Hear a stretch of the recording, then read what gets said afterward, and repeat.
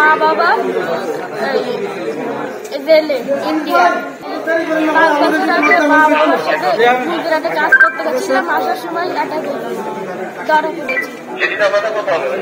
পড়েছি। মা বাবা রেলে ইন্ডিয়া।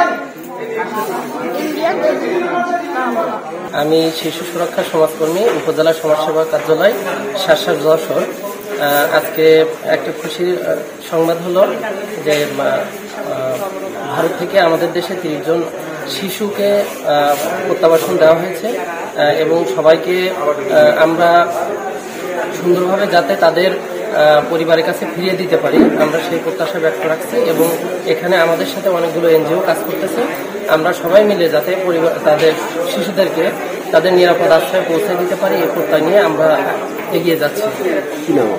আমার নাম সাজ্জাদুর রহমান, আমি শিশু সুরক্ষা সমাজকর্মী, উপজেলা সমাজসেবা কার্যালয় শাসা যশোর।